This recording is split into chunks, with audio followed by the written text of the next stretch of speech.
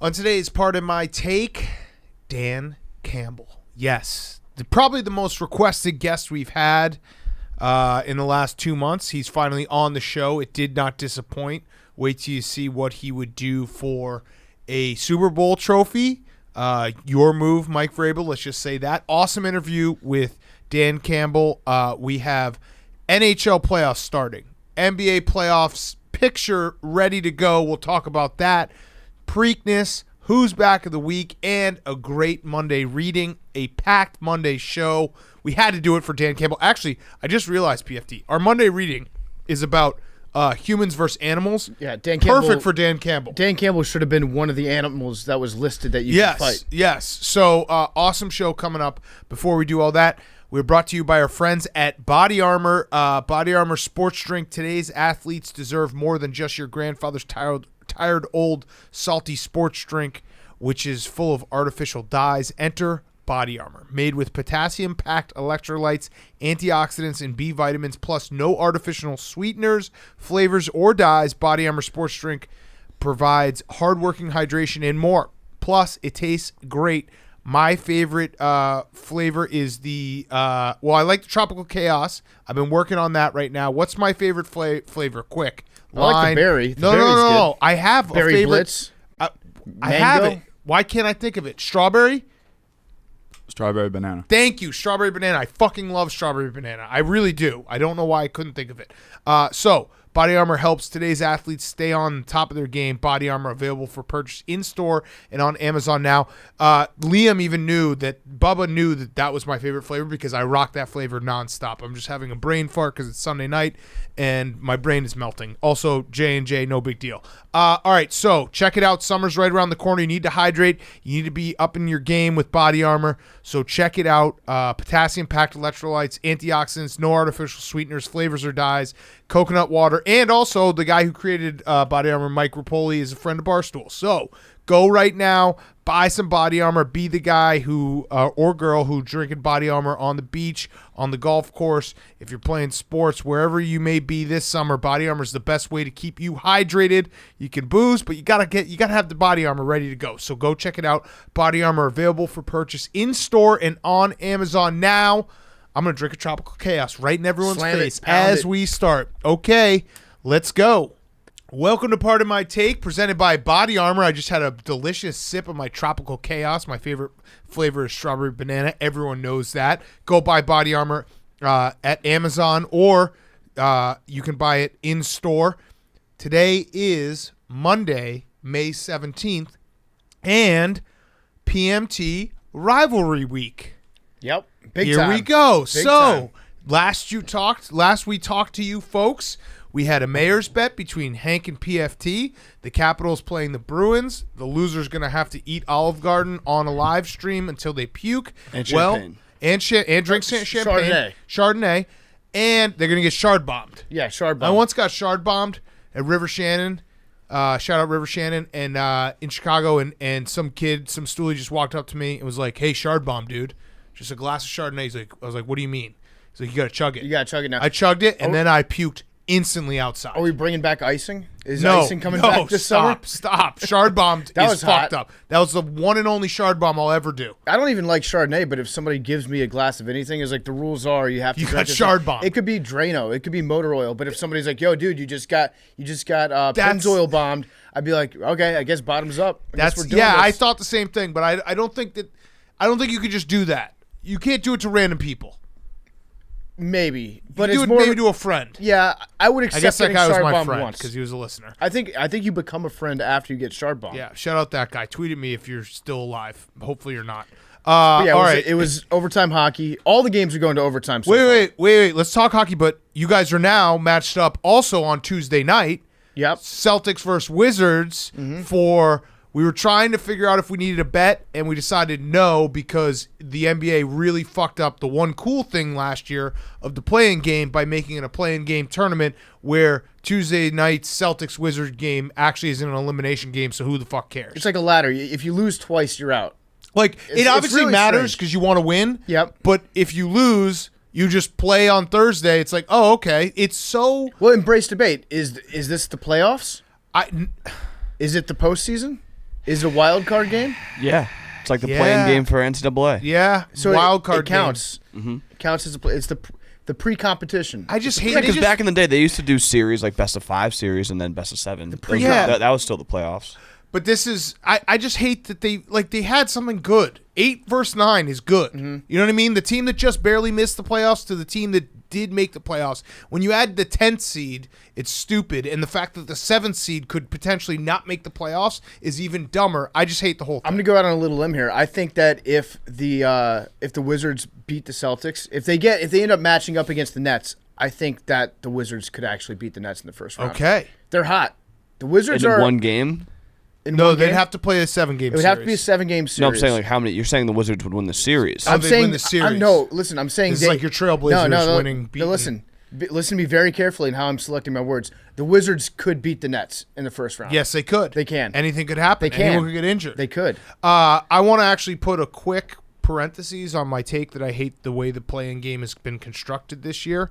And say that if LeBron somehow doesn't make the playoffs, the traditional playoffs, I love this, and I think it's the greatest thing that's ever happened to the NBA. And it wasn't. This technically isn't the playoffs, right? If LeBron loses, he missed the playoffs entirely. I think he actually missed. Yeah, he missed the traditional playoffs. Well, he missed being one of the automatic qualifiers to the playoffs for the first time in his career, right? Yes, I do think the playing game it was fun last year. Yeah, and I'm all for that. I just think the fact that they made it 7, 8, 9, 10. And 7 could miss the playoffs. It's stupid. They took a great thing and they made it dumb. Every year they should just rewrite the rules with 2 weeks left to make sure that Zion can get in. Yeah. Just like in a different way. Whatever they can just like jump the 10 and 11 seed if they're the 12 and be like, listen, the 12 gets to play the 6. Zion should always get in. 3-game series. Yes. Also, like one team should be able to draft Zion. Am I stupid? Am I like when you do a playoff seeding, 7 should play 10. 8 should play 9. What, you're talking about Sweet 16? Yeah, no, but I'm just saying it's so, like... You're talking about the NCAA tournament. It's so stupid that, like, it's just dumb. Like, 7 should play 10 and have to beat... 10 should have to beat 7 twice. And 8 should have to play... Like, it just makes no sense. Also, I will say this, to the conversation about records last week, someone replied to us and let us know that you just have to think about it like NCAA tournament seedings. Yes, that was great, perfect. except for 0-17. Right. Yeah, that doesn't exist. Yes. There's no 0 seed. And it's actually going to be even more pronounced on Wednesday when the Lakers play the Warriors, which everyone wants to see, which will be exciting. But again, it's not an elimination game. And then I bet you whoever loses that game is going to win the next game, Spurs and or the then Grizzlies. they'll get in. Yeah. Right. So it's a great thing in theory, the playing game, but the way the NBA is constructed, I just don't.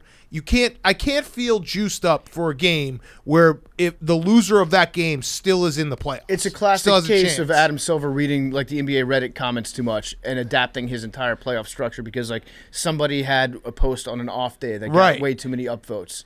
I think it's just the 7. I think this is the 7-8 thing that bothers me the most, just because when you watch a 1-game playoff, it should be a 1-game playoff. No, also what it is in the NCAA rankings in the tournament, you always have the 8 and the 9 playing against each other, and the 7 and the 10. Yeah, you're just used to seeing those numbers next to each other. Correct. I agree with you. Yeah. All right. So, you want to just do NBA now? We'll do it hockey right after. We'll do NBA right now. So, the Knicks won the title.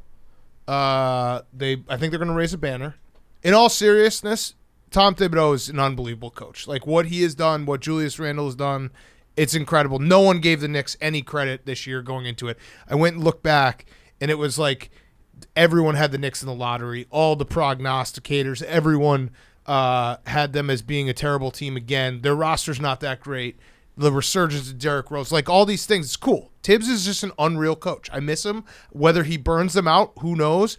But the fact that he has the Knicks as the 4 seed is incredible. Well, they're not burned out yet. No, and it would be awesome. It would be awesome if the Knicks made it to the finals. I think that's what I'm rooting for out of the East. Actually, as someone who's like very much in just like cheer for chaos mode when it comes to the NBA playoffs. Yeah, I would love to see a Subway Series. Knicks Nets Eastern Conference Finals. Yeah. Yeah. Well, yeah, I think that could happen. Yes, that could. The Nets are the 2. Yeah. The Knicks are the They'll 4, be the 2 or the 3, depending on we're taping this during the games. Hank, I have something that will probably make you sad, but I want to just throw it out there. The Nets have a chance to possibly get to the finals or win the NBA championship.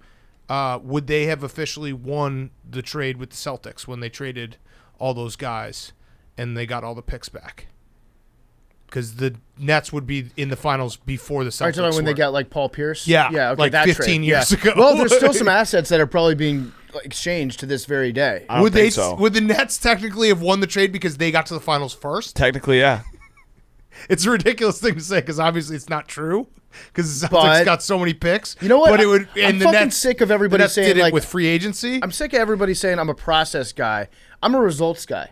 Yeah, I don't, I don't care about how the process worked out. If they get to the finals, yes, they won that trade in my book. This is actually in the East. It's like the three teams at the top. Basically, if you don't make it to the finals, if you're the Sixers, Nets, or Bucks, like everything is broken. Mm-hmm. It's such a chips all in because Giannis. This would be another time where they get to the playoffs. They don't get all the way over the hump to the finals. The Nets. Obviously, they have the most talent. I still think, I got to find James Harden's quote. Did you see James Harden's quote from the other night? I didn't, but Fuck. I love James Harden. I'm bummed out he's that my alpha. I'm bummed out that Giannis signed his extension before the season started because we are getting robbed of some very juicy storylines that could be happening right now. Yes. Like just judging Giannis' future in Milwaukee based entirely on how his team performs this offseason is something I'm going to miss dearly this postseason. Tell me the quote is so good. Not to brag or anything, but I'm like really, really good at this game. Yeah, there was that when he came back from his, he'd been gone for like a month or so, and a reporter was like, "Wow, you looked really good tonight." He's like, "Yeah, dude, I'm fucking awesome He's at like, basketball. I'm a professional basketball player." And then the Sixers, it is the process. It does feel this is their best chance. Embiid is. You could make the argument is the most dominant player right now in the NBA. Like it's all come together. They have to get to the finals this year. You forgot two words: win healthy. When You're healthy. contractually Correct. obligated every time anyone in Correct. sports media mentions Joel Embiid and about how he's in the MVP consideration. You always have to tack on Joel Embiid. When healthy, Yes. is the most dominant player. No, in the what I NBA. said? I said most dominant player. I didn't say MVP. That's did not. Jokic. Oh, I was going to say Steph. Yeah, people are because Steph did win. So going to the West, Steph winning the scoring title on the last day was awesome. Mm-hmm. Going crazy, very big. I think the Barstool Sports account tweeted it. Very big Jake Marsh energy coming from Steph Curry. I am the best in the office. He flashed Some everybody. may say Steph was actually ripping Jake off. Yep, how he was actually acting. showed all four of his nipples to the crowd. Yeah, You he see did. That? He pulled, I'm the best. pulled his shirt up. I'm the best in the office. That's what Steph was saying. What? Hank, how are you feeling about the Celtics? It doesn't really matter at this point with Jaylen Brown injured. I just hope we can. I would like to beat the Knicks. You've come I would around to like what I my would like spin to zone beat the was for you. Wizards and then upset the Knicks just to watch. Why do you want to city beat burn. the Wizards? You want to see me lose? Wait, I don't think you can play the Knicks. At all? Well, not in the first round, so you'd have to beat the Nets or the Sixers. The Sixers would be nice too. Okay. I think, Hank, you should just root for everybody to get out of the play-in game healthy. Just no injuries. Mm-hmm. You're snake bit. That's my favorite line to use about a team, to just like write them off for that season. You should be using this, Hank. It's just, we're snake bit this year. We have nothing to lose. The game. The pre-playoffs. But as we talked about, I no told one's you going when to. Jaylen Brown, that was the spin zone you got to go with. Like, hey, what does it matter? Right. Yeah. All right. And then we have the Lakers versus the Warriors if everything goes as planned tonight.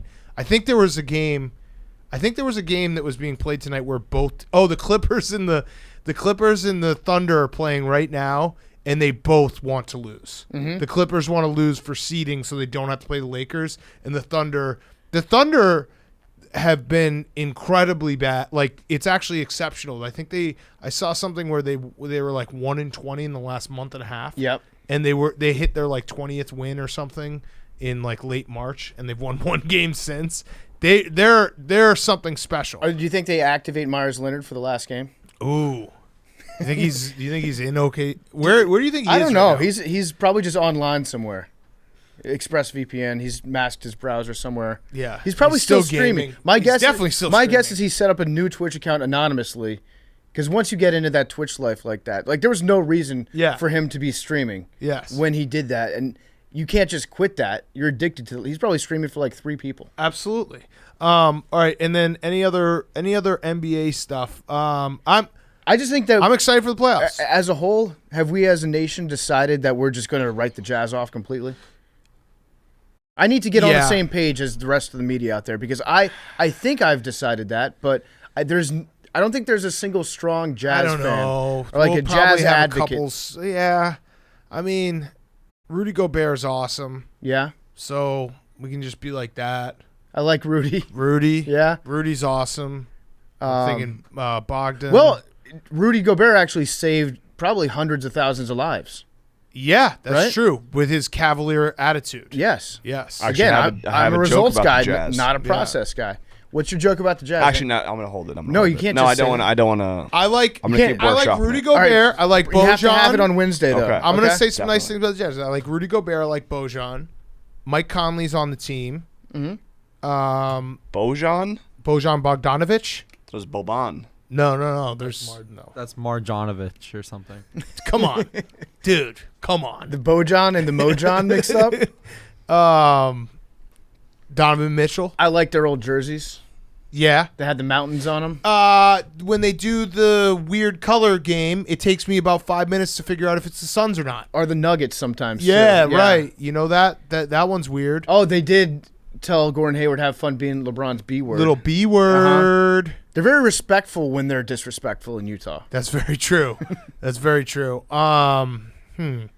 That's about. I think we've hit our quota pro of Jazz power talk. four sport team in their city, representing. Uh-huh. Damn. I think they've real Salt Lake too. Power big. four. That's Before the huge. soccer people come at me.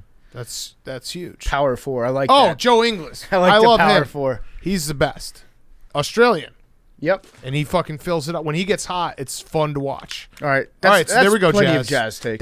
That was us being like, hey, when we have the few people from Salt Lake City say, I've been a day one AWL, you never talk about the Jazz, just refer them to that last 3 minutes that we did it. I don't think that you're allowed to listen to part of my take in Salt Lake City. Yeah, I or think podcasts. there's a firewall. Yeah, no Yes. podcast, no pornography. Yes. You can type in boobs in your Word document and look at that for a while and get turned on. Speaking of the Trailblazers, because this is right around the time where I'm going to start saying to myself, maybe they could just outscore everyone. Yeah. You talk about a guy that fills it up, Dame. They could fill just it up. outscore everyone and win everything, but I know that's not going to happen. If let's just do like a fun power rankings. Like if we wanted to, what's our dream Final Four in terms of teams that would be the most fun to watch? Warriors versus the now these Blazers, are this has nothing to do with seeding, so don't tell us these can't happen. Right. Warriors, Blazers. Yep. And then I would say Knicks. Nets. Yeah. Yeah. Knicks, Nets. All right, so that's what we're rooting for. Knicks, Nets, Warriors, Blazers. Did you see that one guy who tweeted at Dame before the season being like, hey, I need you to get over 41.5 wins this year. Mm-hmm. Like my house is depending on it. 1-800-GAMBLER. Please gamble responsibly. And Dame was like, got you. Tonight they have 41 wins and they have one game left. Oh shit. So They're playing right now, right? Yeah, they're about to tip off in a minute. He's got him. He's got him. He said he got him. There's something about the they Blazers. are playing for something. There's something so. about the Blazers that they just form these crazy relationships with their fans that tweet at them, like the I'm trying Jennifer. Yeah. You remember that? Yeah, they're just a cool team. Yeah, I like the Blazers. They're always a cool team. All right, hockey. Let's talk some hockey. Let's talk hockey. So- Every game going to overtime. So yeah, first 3 games go to overtime, Play- then the 4th game's going on right now, and it's the Battle of Florida, and it's actually electric. Overtime playoff hockey is it's the most fun thing to watch if you don't have a dog in the fight, and then if you actually do have a team that you're rooting for, it just sucks. Yes. It takes years off your life. It's like taking the worst drug possible if you have a team, and like taking the best drug possible if you don't have a team. Yes, so NBC. I want to give a shout out to NBC. So this is their last year that they're having playoff hockey because they lose the package to ESPN. And I likened it to it raining on your last day of vacation and being like, you know what, it's not so bad that we have to leave this place. The score bug and no Doc Emmerich, which I know he retired last year, just makes it easy. Like it's okay to say goodbye to NBC. The score bug is an abomination To the Lord. and not having Doc out there. Like I want to thank NBC for making this as easy as possible. Yeah, I mean, the broadcasting team definitely is nowhere near as good without Doc. You can have Doc do anything. He's like the most versatile voice. Yeah, in he did sports. the pregame. Yes, yeah, and it was awesome. He's amazing. But watching overtime hockey when it's your team, it brought me back. It made me realize like how much we actually do need fans in the stadiums to make the games better. when you've got an overtime crowd there in person, the roar after the goal is amazing. But even better than the roar is the dead silence after a goal when your team loses, Yes. or when the home team loses. Yes. In a playoff. The shriek. There's shriek. nothing better. That's one of my. I think that was on my Mount Rushmore of sports sounds. And the soul shriek of a stadium or arena that just got their life sucked out of them. sabermetric stat of the week for the NHL playoffs. The entire league's on bird alert. All bird teams have lost so far. It's just the Penguins, but That counts. They've Well, all are they lost. technically a bird? Oh yeah, penguins are a bird. People They're forget like a that penguins. dolphin. Yeah, they're weird. They're aquatic. They don't birds. like fly. Do they fly? No, flightless. Yeah, so fuck them. They're not a bird. They technically qualify. You don't count as a Have bird. you seen if March can't of fly. the You're Penguins? Like I've Penguin's a seen that bird. shit. Penguins a bird. I know it's Confirmed. technically a bird, but if you can't fly, you're not a bird. Ostrich. That'd be like Larry Bird. that'd be He like couldn't looking. jump. That'd be pointing at a bus and being like, "Look at that airplane." It's a little bit. Same thing. No, but there are some planes that they lose the ability to fly, but you can still drive them around. It's the same thing. Like it's a bus. Yeah. Just call penguins what they are. It's They're a- buses. They're a bird with wings. They're bird buses. They're a bird with wings. Anyways, they stink.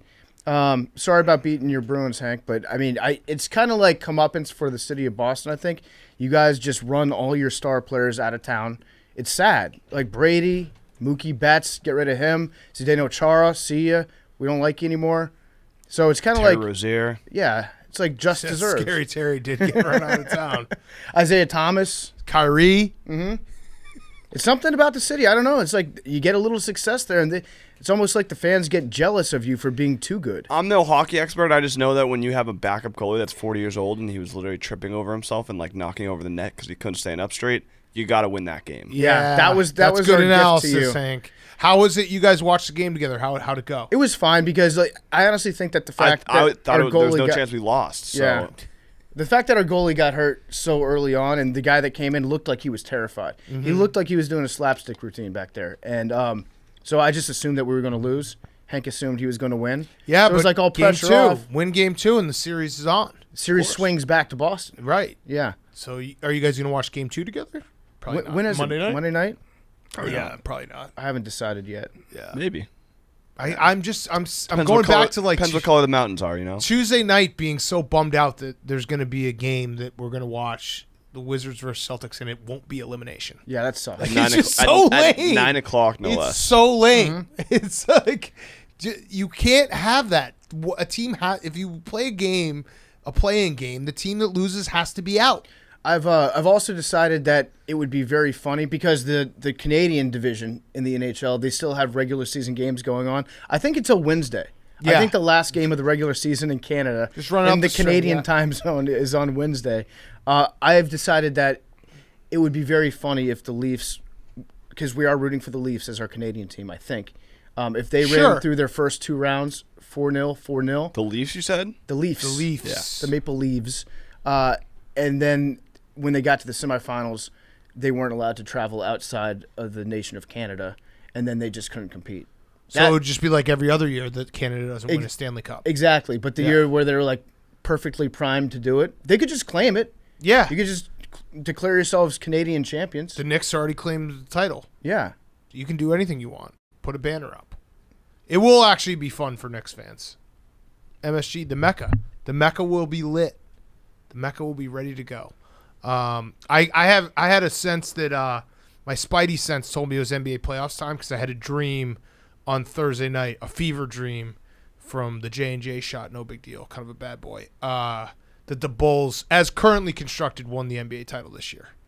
And Yeah. I was like, and I basically got to dunk on everyone being like, Zach LaVine's a fucking man. It's that And time then I of the woke year. up and I was like, whoops, But they're that's not in it's the your body playoffs. telling you that it's time Yeah, for the NBA it was getting playoffs. ready. It's like once True fever dream. Once White Sox Dave tweets out the horny tweet about Nala Yeah. in late March, that's really when the playoffs start to ramp up. By the way, I'm going to throw in an extra third Eastern Conference team that would be fun. The Hornets. LaMelo.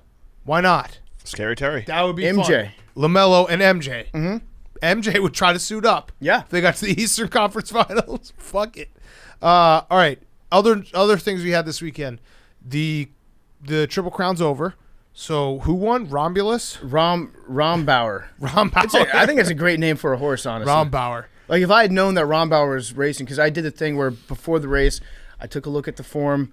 I did like a once over, and I saw that, okay, I'm going to bet on Midnight Bourbon, and I'm going to also bet on Medina Spirit to say I'm sorry. And then I didn't really look at the names of the other horses too closely. If I had seen Rombauer, that's a powerful horse name. Yeah, Midnight Bourbon almost. It was sad because I was going for my personal Triple Crown, and it felt like he had it, but Rombauer. That was a fast horse down the stretch. Yeah. Really fast. Honestly, I hope Rombauer gets disqualified too. I hope they find drug. I hope every horse this Triple Crown season. Well, I was just say, Bob Baffert. Obviously, you want your horse to win, but there's got to be a small part of him that's like, all right, well, at least they'll get off me. Because like if Medina Spirit won the Preakness, the heat just gets even hotter. The storyline increases. Right, exactly. Yeah. Now it's like, all right, I'm just gonna keep my Kentucky Derby winnings. And everyone leave me alone, and I'll come back and I'll win a Triple Crown another year. I had a dumb question when I was watching the race. Can horses are they left-footed or right-footed? I don't think so. Do they have dominant hooves? I don't think so. Because I would like to get the stats on that and see if left-footed, which ones win more often. Left-hooved horses do better against right-hooved competitors, like in baseball, like a pitcher-batter matchup. What's the right ratio you have to have? I'm not sure. Yes, they can. Oh, they can. I'm doing a very quick read of the details, but you're reading a Facebook meme. You are the best, Jake. You're the best employee we've ever had at doling out animal facts on this show. Yep, and just That's in not general, true. you're basically our boss. That's not true. Okay, but whatever you say, sir. The show's called According Pardon to My Jake now. Whatever you say, sir. SuccessfulHorseTrainingandCare.com. Yes, they can. They can, but do they? This is kind of like the Penguin issue. No, they can't can be. No, they definitely are.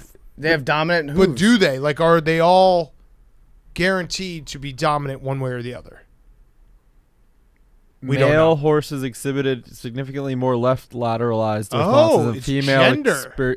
Exhibited more right. Wow. Okay, I need so to. it's more. Right. It's According to the lefties applied are animal for the behavior most part science. going up against lefties. But it's lefties are basic. So if there's a righty who's a male horse, is that an advantage? That they is don't know how to goofy deal with style. him. The goofy Yes, foot. yes. All right. Next time we have Randy Moss on, we got to ask him to You break have to him look down. at the horse's facial whorls and see which way they flow. This sounds like Yeah, look in their pseudoscience now. eyes. This sounds like you stare at the pattern. This is like something that you'd find in Poor Richard's Almanac about horses. Yeah, I like this though. Okay, thank you to our veterinarian on staff, Jake. All right, let's get to Who's Back of the Week, and then we got Dan Campbell coming up.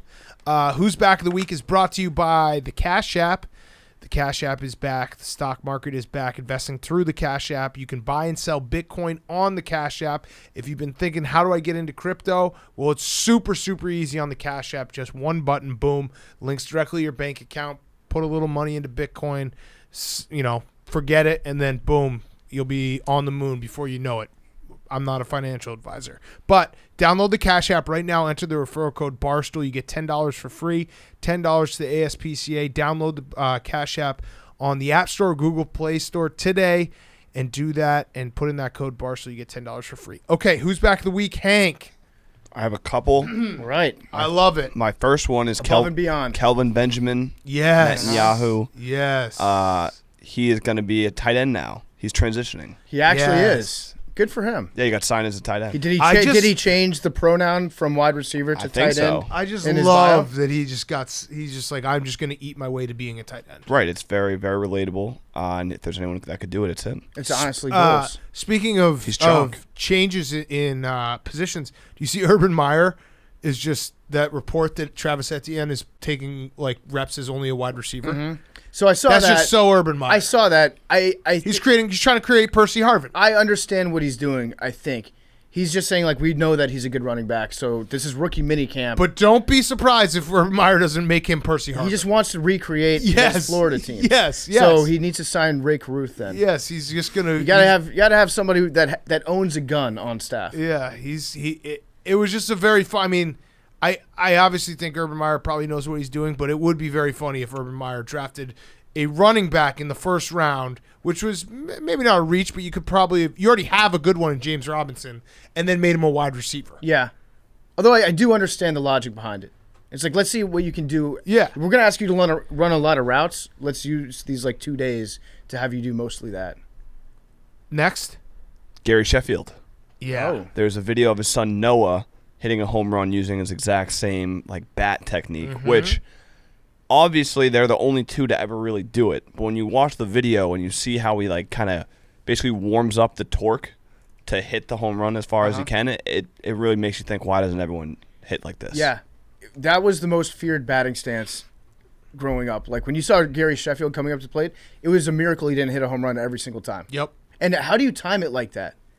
Well, that's where it's like the video of his son, I watched it a million times because it's just like the way he basically is like, priming his swing with the torque, and then when he swings it, you can just tell he hits it a million miles away. I always used to think it almost hypnotized a pitcher. That if you saw little bit intimidation, if you saw the beat happening, then subconsciously your pitching delivery would get synced up with his beat that he was putting out there, and then your timing would naturally be a little bit easier as a batter. The only thing that's tough is that there is a real Gary Sheffield Jr. who I don't think plays pro baseball anymore. Right. No, I think he works for Outkick. Right. Yeah. That's crazy. He should play on the Blue Jays. So yeah, that's kind of that's the only thing that sucks. Is it's like you got Vlad Jr.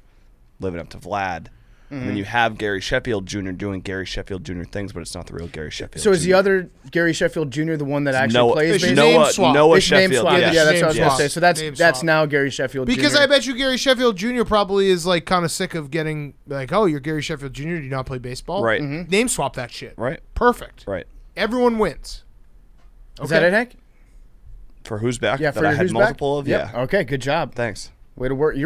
I've noticed that ever since the Jake incident, you've gone above and beyond. Speaking of which, Jake and Hank on Thursday, I'll be on the call. Yep. Sweet. Make your picks. Play Barstool.com. My who's back of the week is, well, first of all, it's Rafa Nadal. Beat Joker in straight sets. Don't know if you saw that, Big Cat. On clay. I don't. Who cares? Not sure. It was Probably Clay. So who Yeah, cares? it's Rome. Oh, it's the warm up to the Rome. French Who Open. the fuck cares? Fucking Clay. Rafa can only play on clay. King of play. King of clay. That's enough Outkick talk. My other who's back of the week is just being back. Being back is back. Yes. I don't know if you guys have noticed this, but just everything is back. Mm-hmm. It's so cool. Like everybody is just back all the time about everything. Bars are back. Hockey games are back. Playoff basketball is back. Crowds are back. Everything's back. Hot weather's back. I agree with everything you're saying. Being back is so back. I will say, in the fairness of this show, if someone who shall not be named because he's on Room Springer did that as a who's back, we would have made fun of him because we've been like, you didn't think of a who's No, back. I actually did think of a who's back. No, I know. I'm saying And being back I is agree back. with you. You back is back. Yes. You're absolutely right. This is the but only time. I'm telling people because I don't want. I'm saying I'm a hypocrite because if that person had said that, I would have been like, dude, you didn't even think of one. But I did think of one, and Right. being back. There's no denying that being back is actually back. Right absolutely, absolutely. Just being back. And shorts. And shorts. And shorts. And shorts. All right. My who's back of the week is PFT. I can't believe you didn't have this one. So novelty drinks is what you're bringing back. now. I've always loved novelty. Yeah, it's my favorite thing. But the Myrtle Beach Pelicans, low ball Cubs affiliate, has beer bats. Mm-hmm. It took the internet by storm. I don't know why we don't put beer in more items like this. Like I would drink beer out of a football at a football game. Yes. I would drink beer out of a basketball or a shoe at a basketball game or a skate. Like, why don't we do this? There should be beer. Yeah, you should be able to bring your own vessel no matter. You should be, if you have your own invention. Not even bring it, but I'm saying like if I went to a hockey game, they should have a glass hockey skate that I can drink or a hockey stick that I can drink out of. Car stick? A stick would Car be stick, incredible. whatever. Why? This isn't. It's not only something you can drink out of, but it's instantly a weapon, which is cool. It's probably at a why game. more places don't do it. I might have just done that to myself. Going to a NASCAR event would be amazing if they had like the gas hose. Yeah. And they just put it in your mouth. Or a tire. A tire you You could just drink can't out of. carry around a huge tire. You wore it Gas around is your neck, back. and instead of the little plug that you would put the air in, the spigot or whatever, Yeah. you just put that in your mouth. It's a straw. Yes. Gas is so back, by the way. Gas is back. Yes. Just talking about gas. Gas. Well, the hackers, they paid off the hackers $5 million. It was so funny. Did you see how the hackers got in? Wait. What hackers? So they hacked into the pipeline that supplies a lot of the gas to our country. You might have gotten if you're going to Was that a fake one? in North think Dakota? No, different. talking different about pipeline? The Kansas Yeah, City yeah, one? that was fake. It was fake? Yeah, I mean, it had to have been. It was. Why do you think it was fake? Because it was written on a completely different font on Yeah. a just white background. It was a that meme. wasn't linked from anything. Yeah, Big Cat, it was a meme. Right. So it was real. Yeah, right. It was It's a as meme. fake as could be. It's very funny. We don't know if it's fake, though. No, I mean, How do we know it's real? I don't know. Because it looked cool. I think it's more on you to prove that it's real than everyone else to prove that it's I fake. initially got my information in a text from a friend that had the exact words that they copied and pasted from the meme. Yes. So I saw it in 2 different text formats. Yes, I would say if you can't Google it, can you Google it? Google Kansas. It's not it's not for there. me. Yeah, right. It would have been incredible. I don't know. We'll see. I think the facts are still coming out. We'll wait till the facts come out. It's okay to say you got. We don't know that. Yeah, it's okay. But we don't know that. It was a funny way to get got. The meme was basically that there was the oil company got hacked because someone opened an email that said, what was it? You want to see the biggest, or no? It was like it was a bartender wearing a Kansas City Chiefs bikini top and said, you talk about Kansas City, but they spelled cans like with cans. Guy talk, C-A-N. And then they said, click the link to see more pictures. And then that was the phishing link, and that's how they got fished.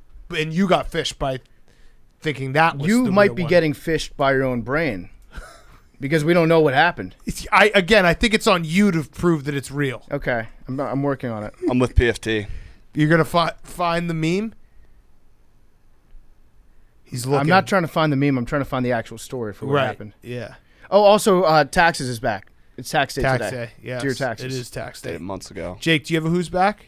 Udonis Haslem. It happened Yes. Thursday night Yep. after we recorded, but on Thursday night against the 76ers, 3 minutes, 4 points, 1 rebound, 1 fight, 1 ejection. Wow. Legend. What a legend. And, He was just waiting to get in for that. So that was his first game, and there are 5 players averaging at least 30 points per 36 minutes. Giannis, Beal, Embiid, Steph, and Udonis. Got it. I found the original tweet, PFT, that has 6,000 retweets. The guy has 531 followers. I'm going to say that it's not real. Okay. Just looking at who he is. He seems like one of those accounts. I would like for it to be very true. I would love for it to be true, but it's okay to say that it's not true. Okay, somebody replied, follow me for more images, and it's just a busty girl in a Chiefs shirt. So are you giving up? Wait, on that's not the original tweeter. I saw the cans and I clicked. Yeah. They got me too. Part of my take is now held hostage by the Russians for $5 We will million. give $5 million. Udonis Haslem is awesome. 40 years old? 40 years old and still 40. 17 not really season. doing anything, but he No, was culture. culture. He's literally the culture. Yeah, what is it called? He culture. Oh, heat culture. No, I thought we had another word for it. Culture. No, didn't we combine something? It was heat. PFT's still trying to It find the was cans. heat culture. I thought it was something else. Maybe. All right. I don't know. I guess I'm just going to memory hold the fact that the Heat and Lakers played in the final. That didn't happen. It did. I was there. That absolutely didn't happen. I was there too. Yeah. All right, let's get to our interview with Dan Campbell.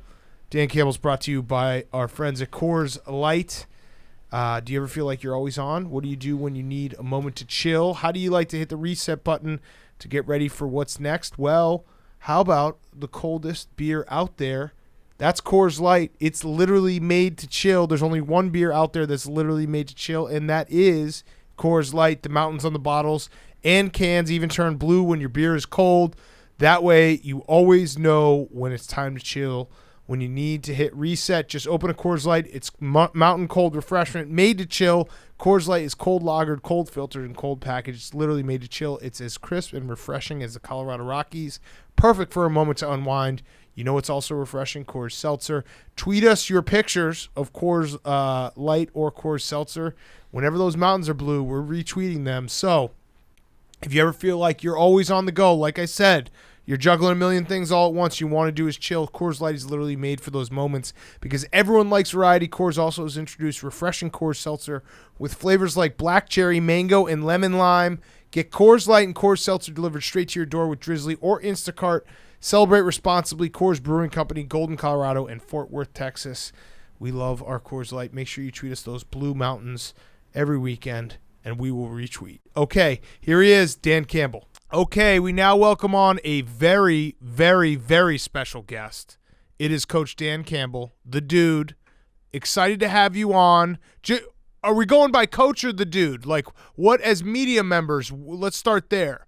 what is the proper term? Is it Mr. Campbell? Is it the dude? Is it coach? Is it American badass? What would you like us to call you?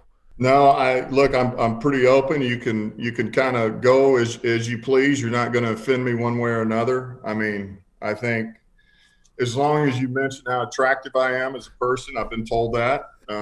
Fact. I mean, you guys take what you want with that, but no, look, call me whatever, man. You can call me Dan, you can call me Coach, you can call me whatever, man. All good. I like that. All right, the dude. Although you are an attractive man, I think that you were more attractive when you had the long hair. Is there any Thank plan? you, Eric. Appreciate it. Is there any plan on bringing back the long hair? No, God dang, man. So look, I grew up on a cattle ranch, man. I'm out in the middle of nowhere in Texas, and my dad, he's a Marine, and so as you can imagine, long hair was not something that he was real fired up about, and so I never let it grow, but I always wanted to grow it, man. I did, and so finally I get to the point where I get in the league and I decided I'm going to grow it, man. And I grew it, and I just let it go for a while. I had it that way for over 10 years, finally, And I remember the day I decided to cut it after I was done at New Orleans, and it was hard, man. It really was. But I always said, you know what, I'm going to do it once, and then I'm done with it. And so I'm done. Now, does that mean I don't have the urge to just let it go? Yeah, I do, but it's not going to look as good as yours, Eric. That's the problem. So, and let me say this. When I had my hair long, I didn't take care of it. I didn't wash it. I didn't brush it. I mean, it was what it was. You know what I mean? So, yeah. And actually, I've got a great story about my hair. Let's go. This is when I'm in Dallas. The floor is yours. All right, this is when I'm in Dallas. I'm walking down. I get on the plane. I go sit down. We're getting ready to go play Washington. And Greg Ellis walks by me, defensive end, right? He kind of walks by, and as he goes, you just kind of get the breeze of someone walking by, and I was like, man, what is that smell? And I'm like, damn, Greg stinks. And he kind of sits down beside me, and I'm like, what? And I kind of turn, and then I get another whiff of it, but yet Greg has kind of moved on by. And then I kind of reached down, and my hair flows in front of my face, and I realized it was me. It was my hair stunk because I haven't washed it when it should have been washed. So long story short is, maybe look at yourself before you start looking at somebody else about what stinks. So I like that. That classic. I think you still give off long hair. You've got long hair energy. Big hair energy is what the kids are calling it. So, you don't necessarily have to have it in order for everybody else to know you're a long hair dude. Well, I do have long hair energy, and there again, I do miss it, man. I don't feel like I can rock it like I used to, man. That's the only problem. Yeah. All right, so we're going to talk about this upcoming season, but I want to talk real quick about your press conference. And I know you're a results guy. You don't win in a press conference. You did win in that one in terms of in our eyes. When you come off the podium, though, on that press conference, were you like, that was awesome, I nailed that? Because when your energy is what captured everyone. I know that the Kneecaps was hilarious, but it was the energy. And I love seeing that because every press conference feels the same, except that one was different. So did you know you were going to talk like that when you went up there, or is that just Dan Campbell got let out? No, look, I would say this. I've always been, from the time that literally I was in high school, call it junior, senior. And then as I grew into, whatever you want to call it, an A&M, a leader at some point, and then into the league, I did what I did. And then I would have these things that, these times where the heat on the back of your neck, starts to go off, and you start to have this feeling of, man, you need to say something, and when you start saying something, you just go, and the rest will take care of itself. And so I've always been that way. I'm not real good about, man, I need to write this down. I need to write it down. Let me get my bullet points. Let me read off this sheet. I don't do well with that because I'm big in speaking what's on your mind and what's from your heart. And that's the way I've always been. So to your point, no, I wanted to be me. And that was what came to my mind and what I felt. And I'd been thinking that the whole time as to what I wanted us to look like. And so when I got up there, it was just me, man. I love it. And that authenticity, I think, people will joke about it, but that has to translate to players because players want to play for a guy who's authentic. They want to play for a person who's not going to bullshit them. So in a backwards way, I think that it got exactly what you wanted across probably to your team as well. Well, that was kind of the point. And look, it was my first chance to talk to my team without them being there. That would be the first opportunity. And not only that, but our fans. And I wanted them to know who I was. And you're right. You take the chance when you do that you put yourself out there,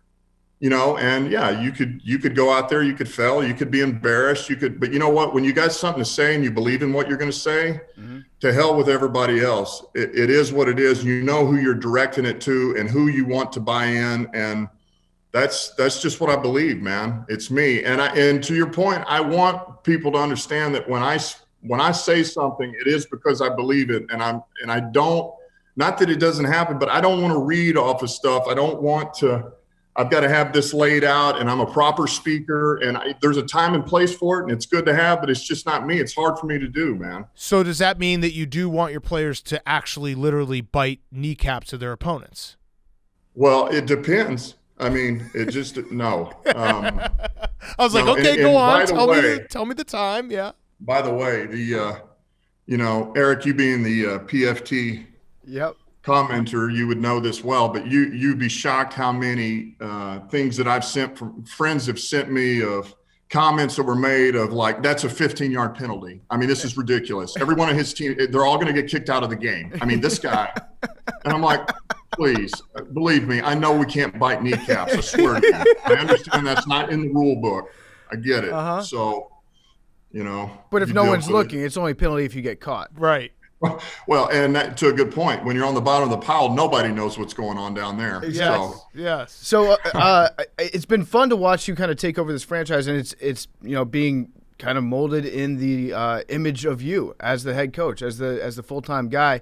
And you got your start coaching down in Miami on an interim level, and that's when I was first made aware of Dan Campbell and what you stood for and what you were all about. Because on your very first day there, not only did you do the Oklahoma drill in practice, but you had a practice squad player get sacrificed at midfield. Is that true? Sacrificed? What is that? You did what do you mean? I don't know. You tell me. There was a mock sacrifice of a practice squad player. How did you decide who was going to get sacrificed, and how did you sacrifice him? Yeah, I don't remember that. However, I'll clarify two things. The first thing is we never did Oklahoma drill. That's been widely reported. That did not happen. What we did was one-on-ones with the whole team around watching and yelling. That's all we did. I think that's more on the people who cover the NFL media, because that mistake happens a lot. It's like everything that looks physical in practice, they just call it an Oklahoma drill, and that's not what the Oklahoma drill is. So I feel like I've been misled by the Fourth Estate and our media on that one. Thank you for clarifying. Absolutely. And to the other point, here's the only thing I think I know what you're talking about. I don't know this for sure, but what we did was, one of the first things I did was I had all the rookie players. This was probably day 2 of practice. Is I just put them in the middle of the circle with all of the vets around them. And I told them practice starts when they fight their way out of the middle of the ring. And when I say fight, I didn't want anybody getting hurt. I said, be as smart as possible. But I said, I don't want one of these rookies to be able to get out of the middle of the circle easy, and just be as smart as you can. Nobody get hurt, but yet. And all it did was, man, those guys were kind of scratching, clawing to get out, and it created a whole energy, man, throughout the whole team. And as we rolled into practice, once they got out, the horn blew, and we were rolling, man. And actually, guys had a blast with it. They were laughing. They were, now some of the rookies were pretty dog tired, I'll be honest with you. I mean, they have to get out in the middle of the circle with all the vets, but it was just something different. It's not something I would probably do here, but it was an idea I had. I think that's what you're talking about. It also, the black shirts and blasting Metallica, the power stance. I actually found my old tweets. I said that was the easiest bet of my life was Dan Campbell, first game, Dolphins, Texans. You blew them out. That was the type of energy you brought. I would imagine though you also learned some things. Like you just said, you wouldn't probably do a rookies have to fight their way out of a ring. What was the biggest thing though you learned from your time in Miami for maybe the haters who think that you're not ready for this job in Detroit? Yeah, I mean, look, there's a couple of things. I think number one is, and it helps that I'm going through it this time around to where I can hire everybody that I felt like I needed to hire and wanted to hire and could compliment me. But there was things that I felt like I tried to do on my own. Like I tried to do everything. That was a major lesson learned. You can't do everything, and at some point, you have to be able to trust those guys around you. You have to be able to trust your staff and those people you work with. And I thought, man, towards the end, I remember at one point thinking, you know what, I can't do this on my own.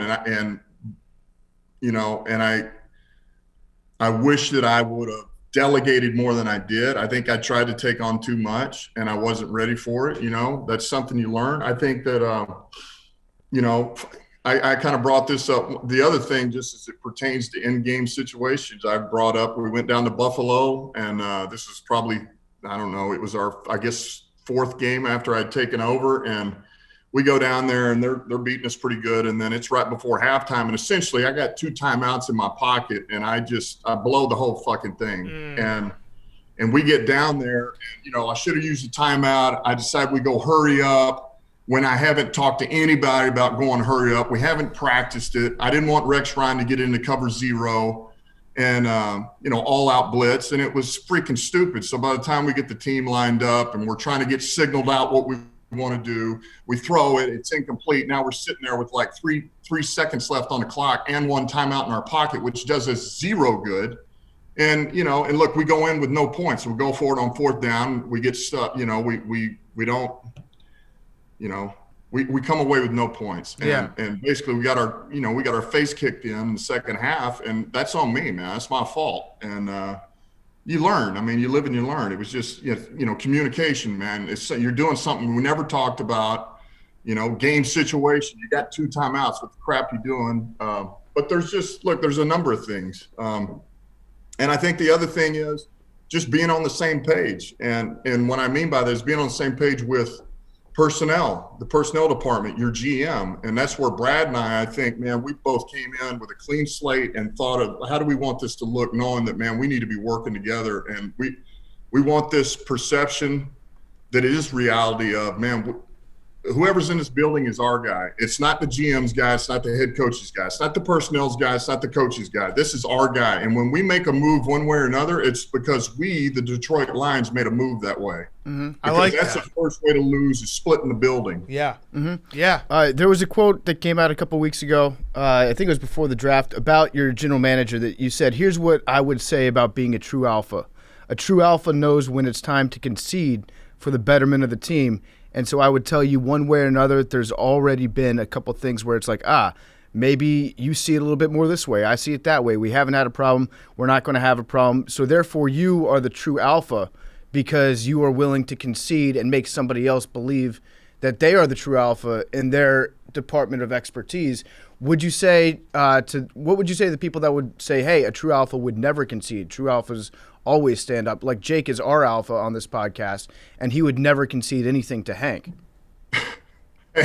I hear you, man. And look, I think that it's just, to me, when you really are that way and you're somebody that's very secure in who you are and very confident, and you know the way that you think things should go to succeed, then I think you're willing to listen, man. I think alpha comes with having security, man. I do. I think you got to be very secure in yourself and not have, like, look, just take, for example, the staff that I hired. There's a lot of people that might not have done that. I mean, look, I got Anthony Lynn. I got Deuce Staley as my assistant head coach. I got Aaron Glenn as my defensive coordinator. You got Dom Capers, special assistant. I can go down the list, and it's like, Mark Brunell's my quarterback coach. That can be a little intimidating for some people. I mean, these are not only were some of these guys great players, but they're damn good coaches, man. And, as a head coach, that could be a little bit like, oh crap, man, am I hiring my replacement? Am I hiring somebody that knows more than I do about this position? You know, and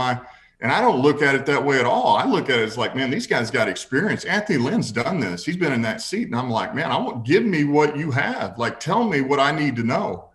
And we've done that with everybody that's here, but I think that's the best way to look at it. So when I say that, look, I know what I want and I know what it takes to win. And it all started with what Sheila wanted us to do, and between Brad and I knowing what we want and then hiring the staff. And so all I'm saying is, look, I know where we need to go, but yet, man, there's a time where you really think we need to do this. And everybody on your staff that you truly trust, that's why you hired them, is telling you, don't do it.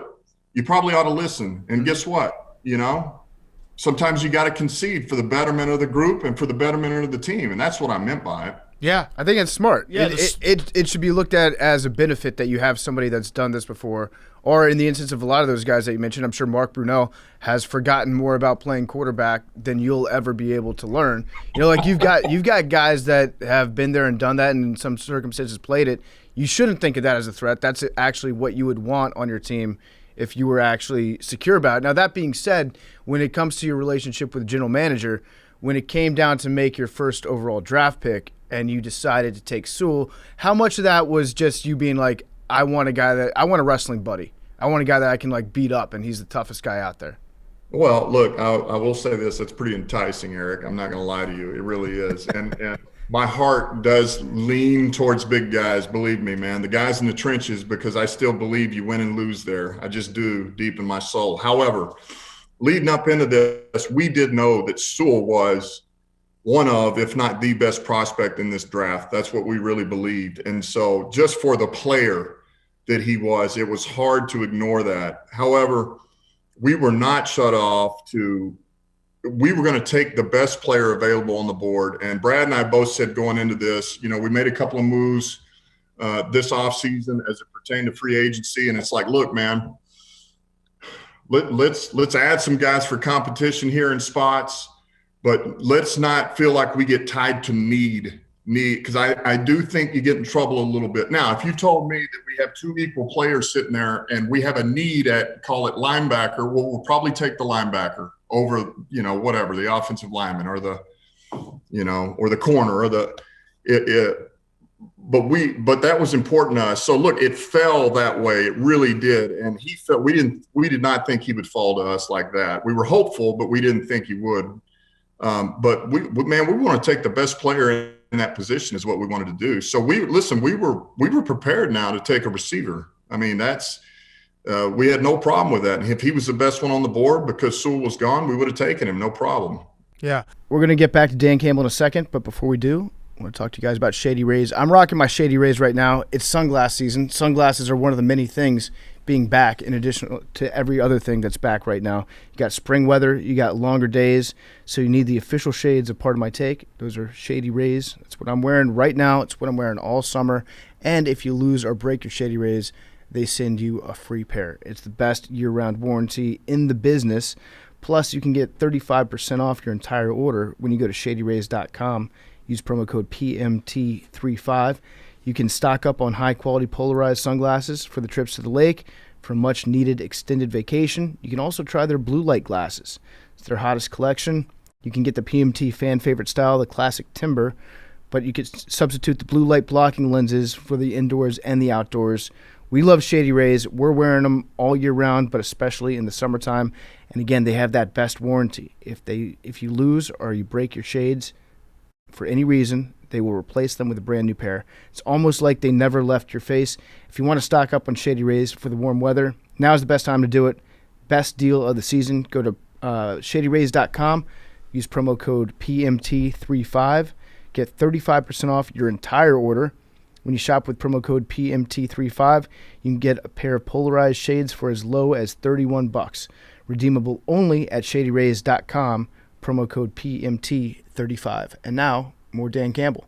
Is it true that you had your appendix burst on a flight and you just like kind of ate that pain, didn't say a word, and then casually went to the hospital once you landed? Well, yeah, but I mean, it's not. yeah. It's not like my gut. it's not like my guts blew open or something. And it's like, no, I had anybody who's had an appendix understands it's weird, man. It's an awkward feeling. You feel like you got a little stomach ache. It starts that way. And then you're like, man, I got diarrhea. And then it's like, no, I've just got a bad stomach cramp, and it's all this stuff. And, it got worse and it got worse. I'm on the plane and I'm sweating, and, I go and I force myself to throw up. And so you're just trying to fight it a little bit. And you tried to puke your appendix out.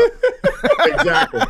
I'm like, man, this thing's got to come out one way or another, right? Yeah. It's not coming out the back end. It's going to come up my throat. But so you go through the whole thing, and it just got worse, and we landed. And so I went by the trainers and I just told them, I said, hey, give me something to knock me out so I can wake up in the morning and be ready to roll for the conditioning test. And, so they gave me something, and I took it, and I was out for about 2 hours, and I woke up and it was, it was worse. And so they got me to the hospital, and ended up, it had whatever. I mean, ruptured is a very strong word. But I guess that's what they call it, but it's good. It got caught early. It's no big deal. Everybody, dude, plenty of people have had an appendix. It's not like I got shot or something and lost my leg. So yeah, but you tried to puke it out. You tried to sleep it off. That's a football guy. That's a football guy move. I don't know about that, dude. Yeah. Try to walk it off. Sometimes you can try to sweat it out too. Yeah, you go to a sauna or something. You just sit and you get uncomfortable for a while. I like it. Are you always like when you grew up like I did, and when we did, it was everything was about putting dirt on it, or toughen up, throw some dirt on it, or go wash it off, or whatever. And so that's just kind of the it is what it is. But it was fine. It's no big deal. You should actually have a jar of dirt in the training facility there. So like on their way out, they rub some dirt on it. Or if they got like a bad scratch, just have somebody put some dirt on it, see if it makes them feel better. I feel like that you got to zig while everybody else zags a little bit. And last time we were up in Detroit, we sat with your predecessor, Matt Patrician. We gave him some ideas about just some small motivational tactics that you can use around the facility. I don't think he implemented any of them, unfortunately for him. But I feel like you might be into some of those. And my favorite one that we had was you have a taxidermied sheep that just sits in the entrance to the Lions facility, and players aren't allowed to look at it because Lions, they don't concern themselves with the opinions of sheep. So when they just walk past it, you look away from it, and it teaches you, like, be a lion. I feel like that's something that you might enjoy. Also, we said heavier weights in the locker room. I actually like that. That's actually pretty good, man. I'm not lying to you. That's pretty good. Between that and rubbing dirt on your wounds in the training room, I feel like we're cooking with gas here a little bit. I think it was also as simple as when you walk in the facility, there's just a big picture of a kicker. Is that right? Remember? Yeah. There was. Yeah. So let's just fix that. It should just be Put a linebacker. There. Yeah. Or a sheep. Yeah. Yeah. We can do that. Yeah. That's actually not a bad idea. I'll tell you what I would really love to do just in general. And I've talked to Sheila about this. I don't think we're going to be able to do it, but I would love to literally just have a pet lion. Yes. Just a legit pet lion on a chain, a big ass chain. And he really is my pet. We just walk around the building. We go out to practice. We're in 7-on-7. We're behind the kicker when he's kicking. We're just there we are. On the sidelines, yeah. Yeah, you should. You know what you should do is you should get two of them and put them on each sideline and just teach the guys not to go out of bounds. Don't avoid contact. And on command, you could train him. Like if one of your groups isn't doing well, you could just take him over to their section and just have him take a dump right there in the middle of where their section is at, and then bring him on back. Yes. I mean, think about it. It'd be outstanding. Before the game, you could walk the Lions up and down the opponent's sideline and have them pee and poop all over the sideline, and then they have to deal with that all game. Yeah. That would be outstanding. We're going somewhere. The problem, I don't know if Peter's going to allow that. It's gonna be hard. I don't think so. We would take great care of it. It would be fed well. It would be petted. It would be manicured. I might end up losing an arm because of it, but that would be even better, because it would validate this is a creature now. This is an animal. This is from the wild. Would you give up an arm just to motivate your team? Ooh, possibly for Super Bowl. If I said, Dan Campbell, you are going to win a Super Bowl in Detroit. Yes. There it is. One arm. Yes. That your move, Mike Vrabel. Yeah. Okay. All right. So arm to a lion for a Super Bowl. I like this. I have an analytics question for you. We just had head coach Brandon Staley on from the Chargers. He passed. Let's see how you do. You're down 14. There's 4 minutes left in the game. You go in to score. Are you going for 1 or 2? Am I going for 1 or 2? All right. This is just purely analytics. Has nothing to do with the way the game's going. Correct. Nothing like that. Just numbers. Yep, just numbers. Analytics would tell you to go for 2. Yep. And you would say go for 2? No, I would say go for 1. What? That's Danalytics. Oh, man. I will absolutely blast you for that. Let him explain. What's your reason? Well, without knowing exactly what's going on, if you're just telling me I'm behind 14, I mean, I get the fact that, look, if you go for 2, you get it. Well, look, you're sitting real good now. All right, there's no problem. But if you don't get it, all right, if you don't get it, now you got to go for 2 just to get a tie back. Correct. Right. You know what I mean? So but yet if you know at a minimum you're going to kick an extra point and you're going to be sitting there and you're going to have at a minimum a tie game, it just. But if you, to me, I'm good with it. If you're over 50% going for 2 and you get it the first time, you win the game with an extra point. And if you don't get it the first time, the analytics will say you'll get it the second time. I will criticize you if you do this. Make this mistake. And here's what I would say. Like, I got no problem with that, and I get that you get 2 shots at it if you're down by 14, and here we go, man. So now you get 2 cracks at it. You go for 2. I would rather kick the extra point, and now I'm at the end of the game. And where are we at? Are we worn out? Are we tired? And let's go for 2 then.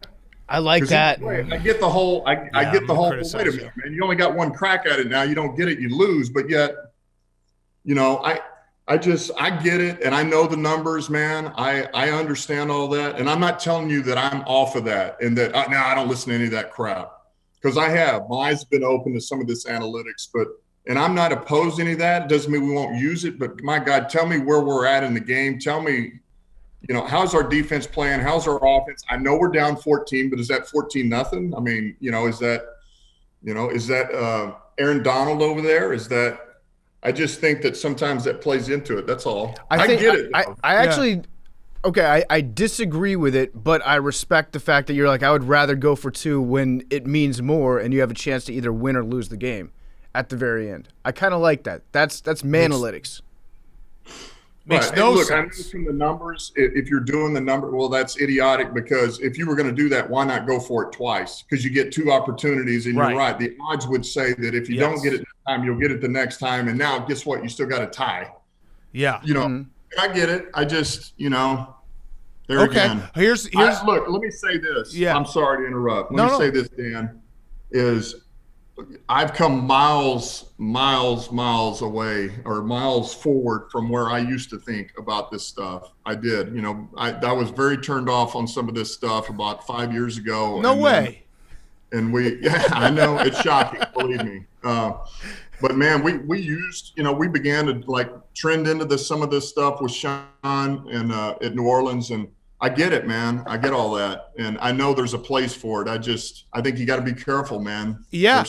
There's still a human element to it. There's still a tough element to it. There's still, tell me what the game is like, what's going on, who you playing against, who's the quarterback. That's all. I totally agree with you there. I do think that there's sometimes it becomes like playing a game on a spreadsheet, and we know that's not how football is played. And I actually agree. Like, as long as you're not closed-minded, which you're not, I think there's a perfect blend there somewhere where you use the analytics, but you also say, hey, football is sometimes just lining up and beating the guy in front of you. Do you have a timeout guy? Do I have a timeout guy? Actually, it's funny because there's a couple of guys that are here on staff that we've been going through this stuff right now. We had one here that just left to go to New England, who was pretty dang good.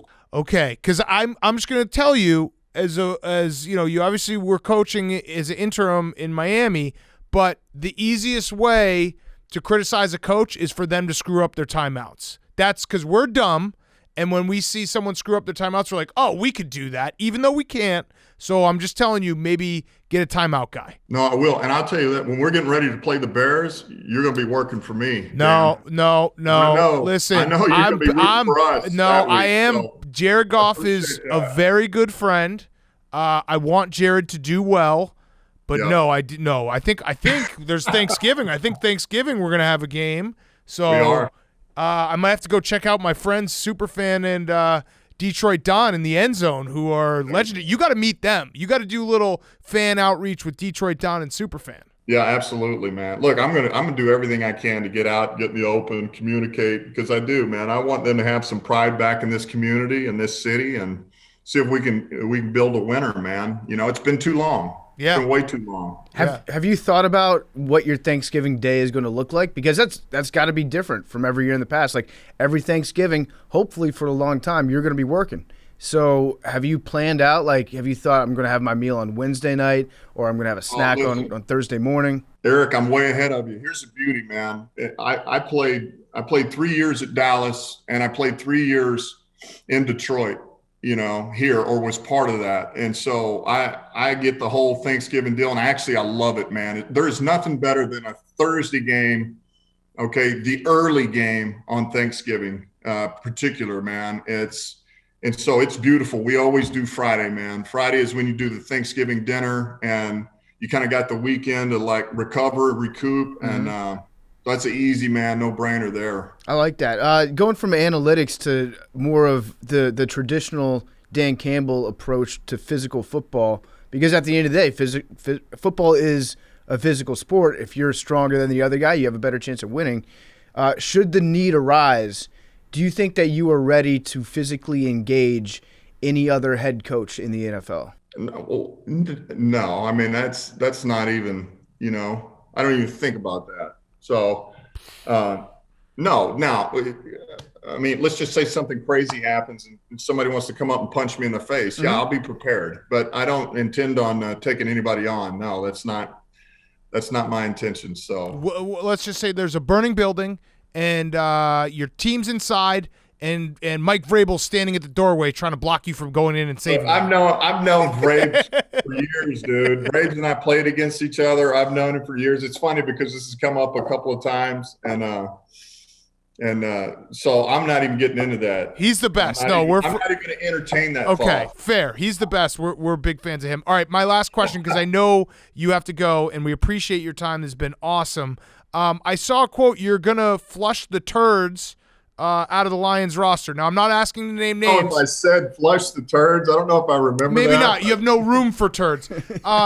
So don't name names, because it's obviously there's a, you know, that time will come when you have to make cuts. But what exactly qualifies a turd on a roster? Yeah, I think those are here's the beauty. When I made that, and I think what I said was that we don't want any turds here. Mm-hmm. That's what I was saying. So that was not alluding to, well, you know what, we've got turds on this roster from previous. We don't. I'm gonna be honest with you. Here's what a turd is. A turd is somebody that's constantly getting in trouble off the field. He does not love football. He's not very smart, doesn't care about studying. He's not a team guy. All right. He's got major ego problems. Talking about Billy football. That's a turd. Mm-hmm. That's a football turd, man. I love it. We don't want to deal with it. It's not worth it. And so that's what I meant. And I'm telling you, the roster, when we walked in, you know, I will say Bob Quinn and Patricia did a damn good job with who they brought in, because really there are good guys here.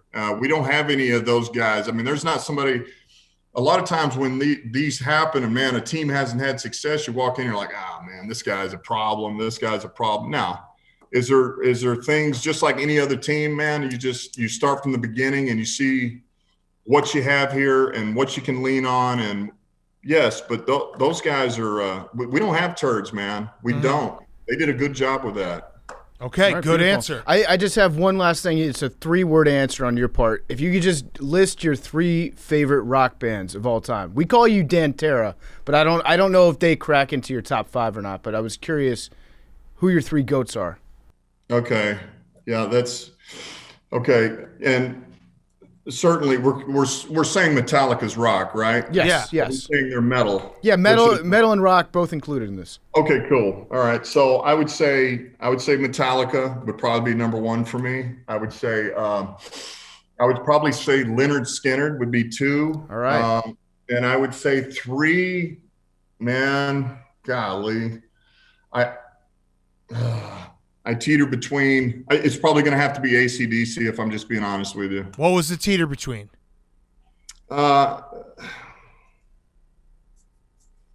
There's about 3 of them. Go list them. I want to know. I mean, all these bands rule. All right, look, Led Zeppelin would be one. Yep.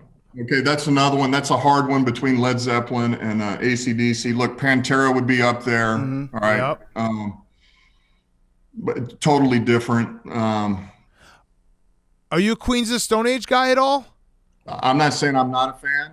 Okay. But they're not in the top of my list. That's all. Got it. I just figured, that's a band, like, if you put that on in the gym, everyone's lifting a lot more weight. That happens. Iron Maiden. Yeah. Look, I like Iron Maiden. Look, I even like Megadeth, if I'm being honest with you. I know he's spliced. Yeah. All right. Yeah. I do, man. I thought Dave Mustaine did some good stuff, man. It was a tough role, but I thought, man, he's got some good stuff, but it's all good, man. I broke my finger trying to learn the solo to Freebird. I've been practicing it for the last 4 months. I think my body finally gave out on me. So I don't know how I'm going to be able to do it, but I think I thought that might be something that you'd appreciate. Somebody that just straight up smashed their finger on their guitar, just snapped last night. I do appreciate that, man, because I know I do come from a musical family, although it skipped me. But I do love listening to music. But so I appreciate the grind of trying to get a song, man, and trying to hit a solo, and especially that one is pretty good, man. It'll get there. Yeah. All right, Coach, this has been awesome. We appreciate it. Best of luck, except for when you play the Bears. Also, please take care of our best friend, Jared Goff. We do love him dearly. So thank you, though, and hopefully we'll talk some other time. Sounds good. Dan, Eric, man, you guys have a good one. I appreciate it. All right, Great thanks to meet so you, much. Coach. All right, have a good one. Thanks, See ya, Coach. man. Dan Campbell is brought to you by our great friends over at Norton 360 with LifeLock. It seems like every day, everywhere, practically everyone is connected on their devices. In fact, the average person was connected almost 7 hours per day last year, and 64% of adults admit to taking online risks for convenience. Maybe somebody sent you an email that's advertising to see pictures of a Kansas City Chiefs bartender. You smash that link, next thing you know, you can't buy gas in Seattle. Well, there's a lot to the digital life that can put you at risk. That's why Norton 360 with LifeLock makes it easy to help keep it safe with device security to help block hackers from devices. You get a VPN for online privacy and LifeLock identity theft protection to help you keep what's yours, yours. No one can prevent all cybercrime. No one can stop all identity theft or monitor all transactions at all businesses. But with the all-in-one protection of Norton 360 with LifeLock, you can be less worried about becoming another stat. Save 25% or more off your first year when you go to norton.com/PMT. That's norton.com/PMT. Save 25%.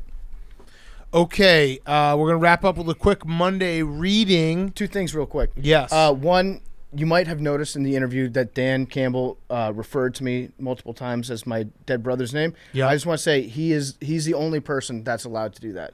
So alpha. Real alphas know when to concede. Yes. And I have conceded that Dan may call me that name, but nobody else can. Yes. It's just for him. And It was shocking. It was right off the bat, came in hot. The most alpha thing I've ever witnessed in all the interviews we've ever done. Yeah, I don't know a moment where someone has just dropped their nuts on the table harder than that. Ever. The second thing is we have now up in the Barstool Sports store, I think one of our favorite T-shirts that we've ever come up with.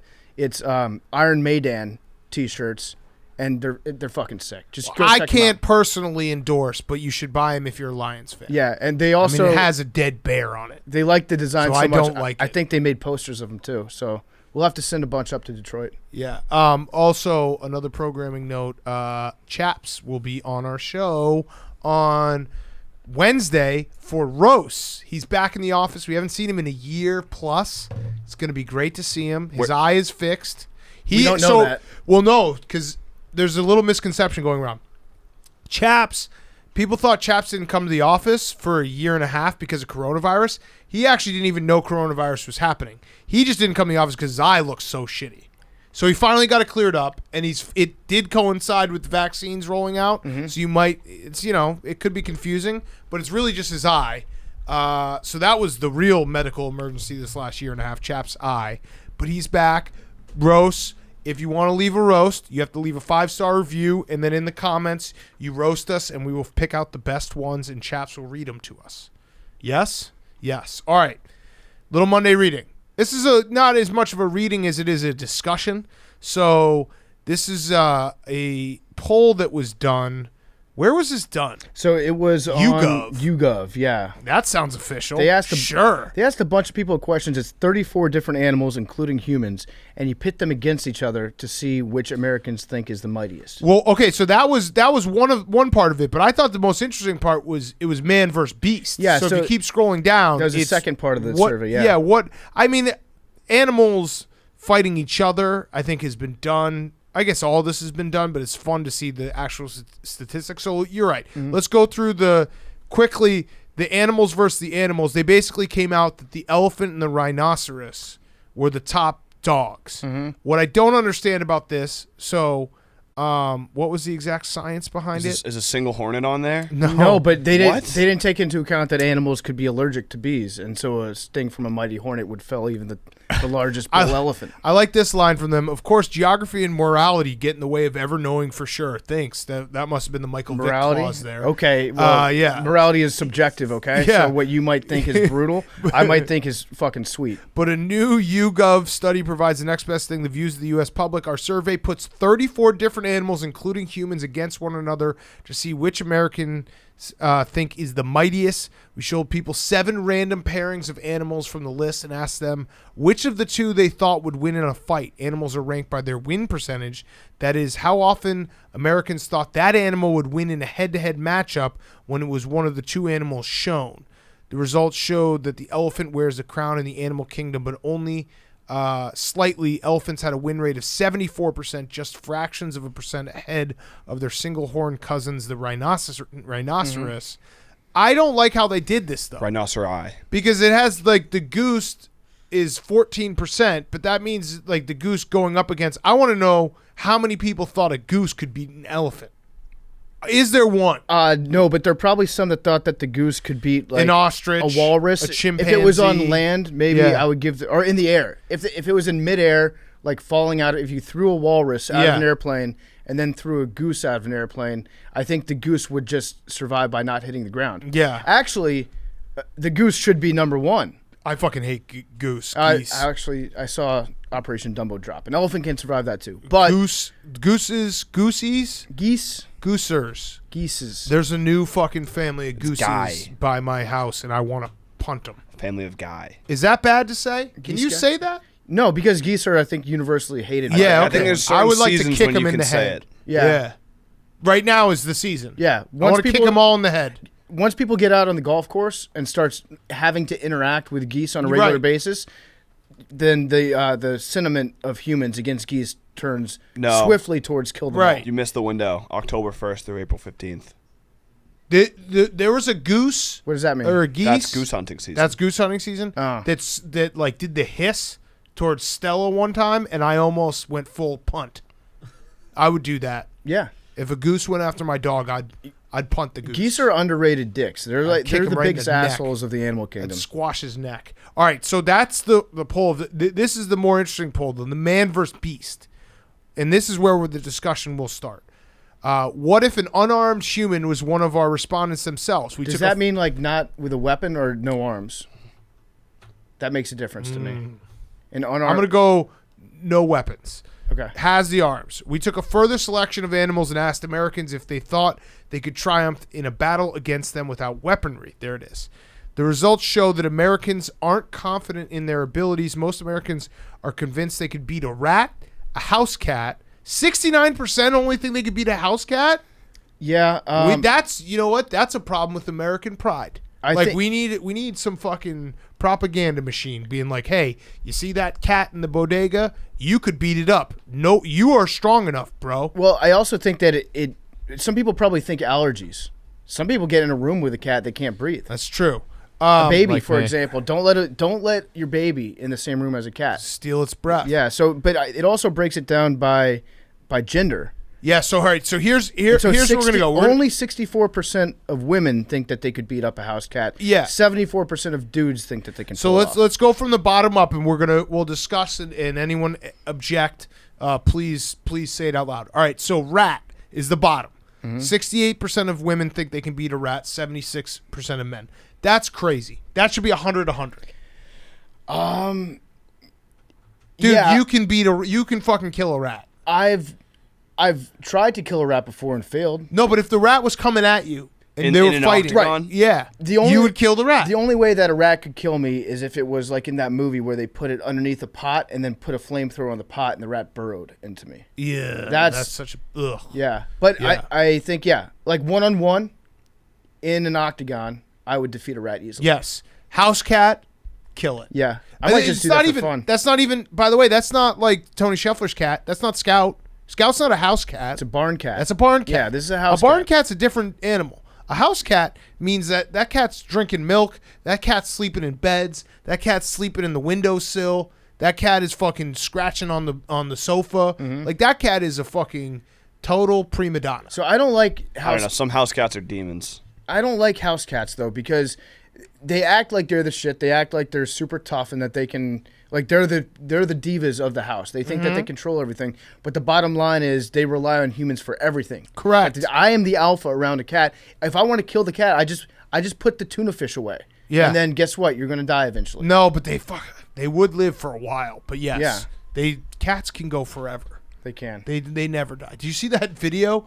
There was like a fire in Chicago and the cat jumped out of like it was probably like 12 stories and just bounced and kept on running. Yeah, cat. It was crazy. Listen, don't get me wrong. I like a select amount of cats, but it's preposterous to think that you couldn't defeat one. Even though I did see there was a video today of a cat that chased off a coyote, Yeah. and that's Fuck. another case of a cat not knowing the limitations. That's just that's boldness. Yeah. All right. R.I.P. Bernie. Goose, 51% women, 71% men think they could beat up a goose. Is there something I'm missing with geese? They're just aggressive. They're just dicks. Yeah, but if I choose to be just as aggressive, I think I would beat it every time. Yeah, all you have to do, you just make yourself look big. And geese are dumb as shit. They'll be like, oh my, that's a really big bird that's walking towards me. I better submit to it. And then you just kill it. You know what I would do? I'd grab the goose by the fucking head and I'd Bo Jackson bat over my knee. Right on its neck. snap its neck? Snap its neck. I like that. And spit on it. I actually think it would be very satisfying to just punch a goose in the throat. Yes, absolutely. And they have teeth too, so if you punch it on their tongue. yeah, if you punched it, imagine punching a goose right in its mouth and its teeth fly out. It's like beak stays there, Yeah. but you like knock its mouth. That would be out. sick. I'd love to kill a goose. Love. We're gonna skip dog. Yep. All right. Both medium and large size. That's just a fucked up question to Don't ask. ask- don't even Why would put that you on the ask list. that? That's so fucked up. Give me a house Why would cat. you- I'll fucking strangle a house Why cat. would I ever want to Yeah. do anything to a dog besides pet it? boop lovingly? it? Yeah. Oh, maybe boop it to death. Yeah.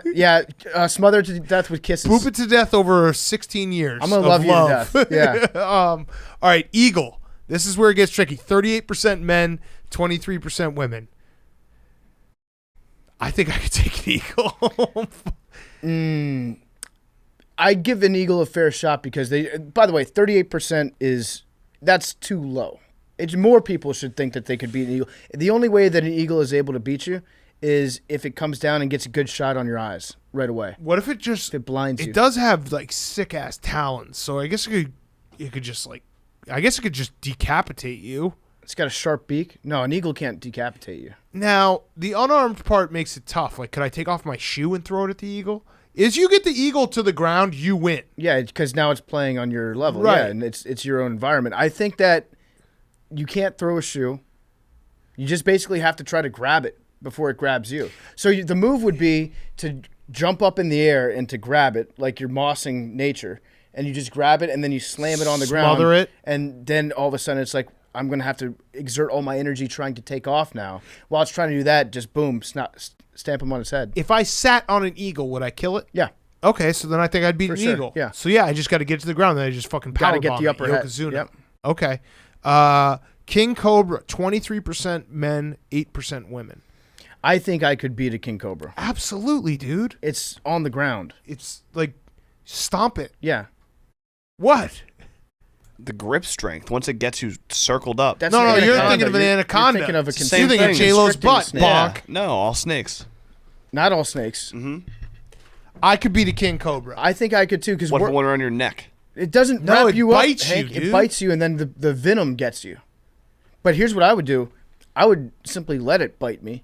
And then after it was like latched on, then you just strangle it. Right. It's got and the hope world's, it doesn't kill you. It's got the But world's actually, largest neck. And then after it's dead, then I go to the hospital. I'm like, hey, cobra fight. Well, and also this is technically like if you kill the cobra first, but you die after, you still win. That's what I'm saying. Right. So yeah, it should be 100%. It's 100% win. 100% win rate. It's yeah. not 100% survive, but it's No. 100% win. But if you don't die first, Right. then you're good. Um. Then you're the guy that killed the king cobra. Yes. Chimpanzee. 0%. You remember So- that chimp that, Yeah, no, I that was ripped gonna- off the hands and Yeah. the face? Yeah. I was gonna say, but that's different though. A chimpanzee in the wild versus a chimpanzee that like a crazy suburban person puts into clothes and like diapers and stuff. That chimpanzee has just been emasculated and wants to rip everyone's face off. A wild chimpanzee, I think I could take it. You think a wild chimpanzee would actually be more friendly? I'd be like, hey, they'd- come talk They'd to me. swing over to you and Yeah. like give you a banana? Yeah, and then I just And be like, hang out? oh, bash I don't your know. skull. I think there's 0% chance I could beat a chimpanzee. I'd say chimpanzee is where I'm starting to get 50-50. Because they're... How big is a chimp? Give us a chimp. I I wish we had if I'm I wish we had twice an expert or something. if I'm twice the size of a who knew chimpanzee, I about think all I these can take it. animals. But I think the smartest chimpanzee in the world. The length is 2.3 to 2.7 feet. The mass is 75 to 130 pounds. Okay, so I Dude, outweigh it by a that's significant 2 amount. point. Wait, how far? 2.3 to 2.7 feet. No, I would kill this thing. I also think that you could trick a chimpanzee. They're smart enough to Give be it a able cigarette. to be tricked. Yeah. Yeah, give it all the cigarettes it wants 3 until to 5.5. 20 years later Yeah. it gets lung cancer. Right. Seems like there's a bunch of Owned. ranges. Yeah. but no one taller than like 5 or 6 feet. I would assume. Hank, you got any thoughts on chimps? I would take one down. So wait, you'd get. I hate snakes. I've always hated snakes. Okay, you're like Indiana Jones. Mm-hmm. Yeah, I've just been terrified of snakes ever since Harry Potter 2. Yeah, Neville Longbottom with the sword. Do you too, Jake? No, You- I was talking about the scene. But are you afraid of snakes? No, I read the books, Jake. I didn't. Jake, are you terrified? I've just never thought. They're kind of crazy. Yeah. They don't even concern you though. But Hank is deathly afraid of them. Interesting. No, I never said that. This is our way, PFT and I, our way of reestablishing ourselves as alphas of this podcast. Because you As you guys should be. would not be able to take any of these animals. No, Jake. Where we can confidently, PFT's smash an eagle technique is foolproof. Jake, you do not get to do that. You do not get to tell me who is the An alpha alpha on knows this when to pod. concede. I know what you're doing right now, Jake. I will not accept your concession. 17% of men said they could beat a kangaroo, and Easy. 11% said, or women said they could beat a kangaroo. I think I could take a kangaroo. I've seen that video where Deli steps up because his dog is being attacked. The kangaroo was trying to defeat the dog, and the guy goes and he squares up, punches him in the jaw. Yeah. Yeah, easy. A kangaroo is like it's like an old timey fighter. Like I could beat up a boxer from like 1850. Right. Kangaroos, they don't know. just move laterally. They don't know how to compete against us modern fighters with their new techniques and mixed martial arts. Yeah, they could beat up like the old the Yes. logo for the Notre Dame Fighting Irish. Yes. A kangaroo could beat that guy up because that's what it's trained for. What was the old game? The fucking Punch Out? Yeah, no, the two things in the middle. Rock and Sock and Robots. robots. yeah. Yes. That's what a exactly kangaroo what a does. They kangaroo have a does. life-size version of Dave and Buster's.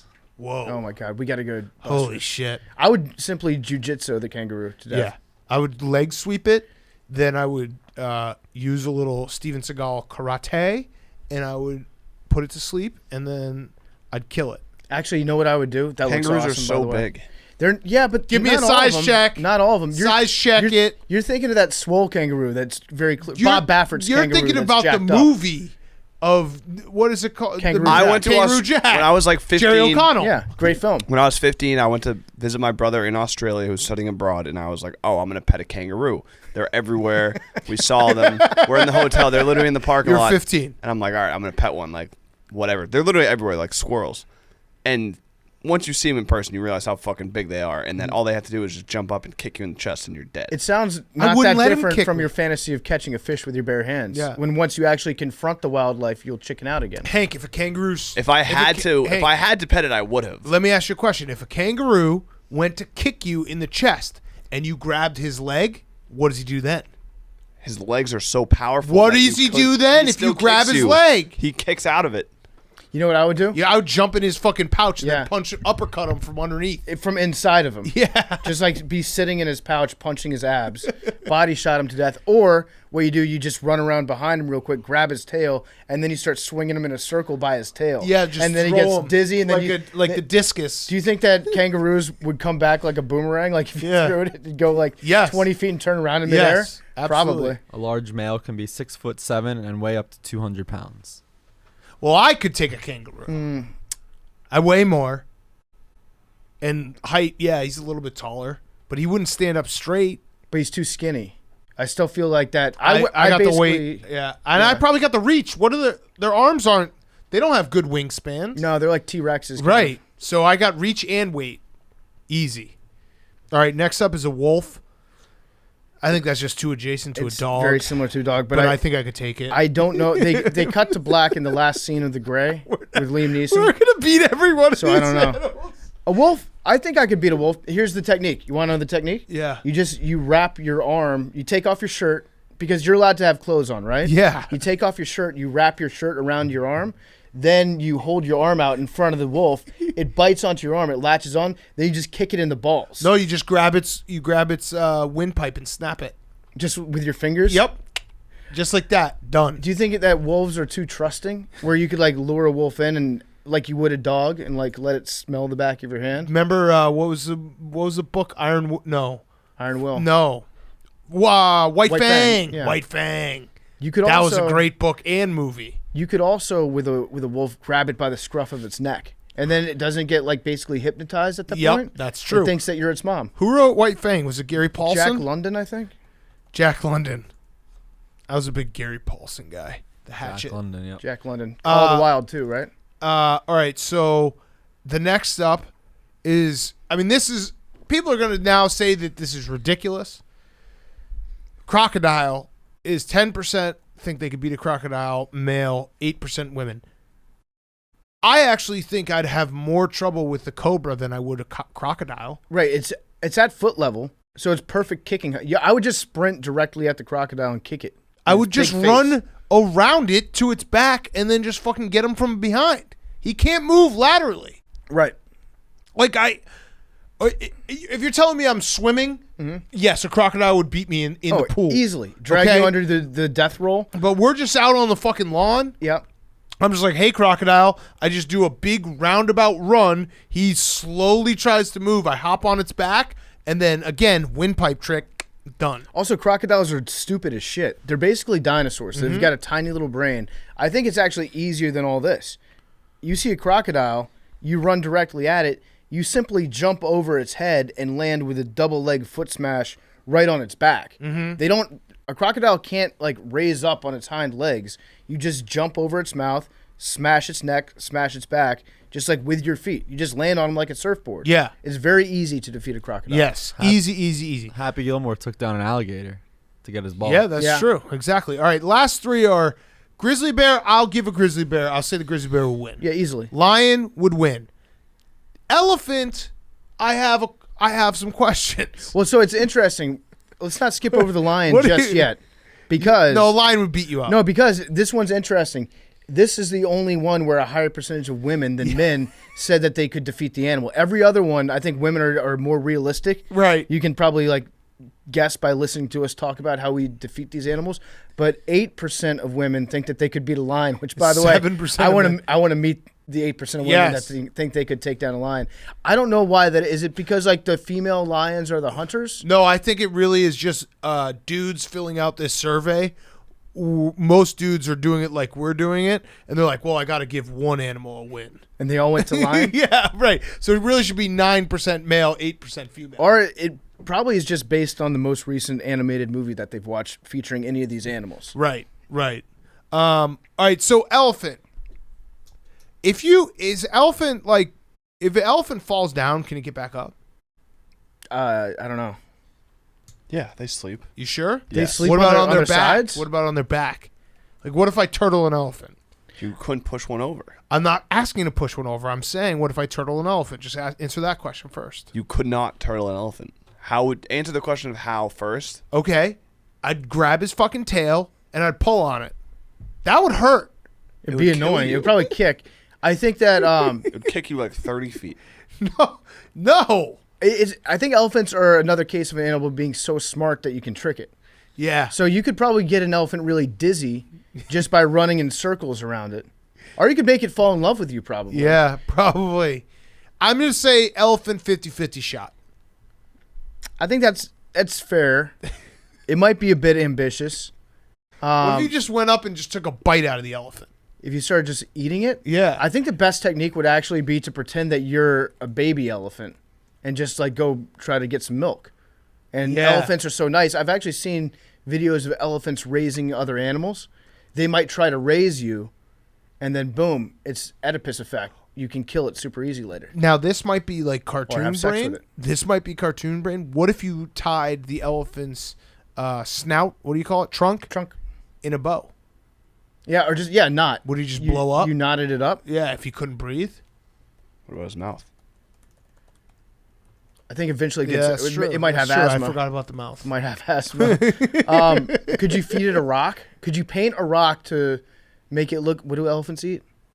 Do they eat anything that looks like rocks? Because this is What my do main elephants strategy eat? here.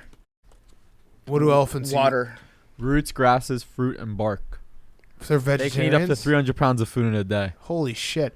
What if I just wheeled out an old-timey piano and then the elephant died of heartbreak because he's like, oh, that was my mother. That's not a bad idea. That's my 50-50 shot. Just ivory. Yeah. Just display ivory for it. Yes. Like, hey, check this out, elephant. I think honestly, your best technique. I would probably go for something with the trunk as well. Yeah. And if that didn't work, just submit and hope that the elephant didn't kill me. Have mercy on me. All right. Well, I would like to hear what maybe we'll put up a couple polls tomorrow. Get a little discussion going. Ooh, big goal for the Panthers. What about the gorilla? Oh, the gorilla would kill us, dude. The gorilla is the mightiest. It's got thumbs too. And it's, the strong. gorilla would fuck you up. Didn't kill that kid. Why you got to bring that up? Our Too sweet soon, prince. dude. Just saying, it's Way to end the show. Too soon. All right, let's do numbers. We'll Love do you guys. polls. 8. Give me 8 again. 18. Oh wait, 8's not in there. 45. Let me go with 99. My guy. 94. 67. Can anyone go back to back? 94. Wait, 94. did someone go back to back? You. Oh, yeah, I did. But it didn't actually. What is that? 25. Okay. Jake? Third timer. Just give us the journalist fact. According to the National Association of Printing and Ink Manufacturers, most newspapers use inks comprised of soybean oil and various pigments and waxes. So that's what your newspaper ink is, soybean oil. All right. Whoa. Love it. Okay. Love you guys.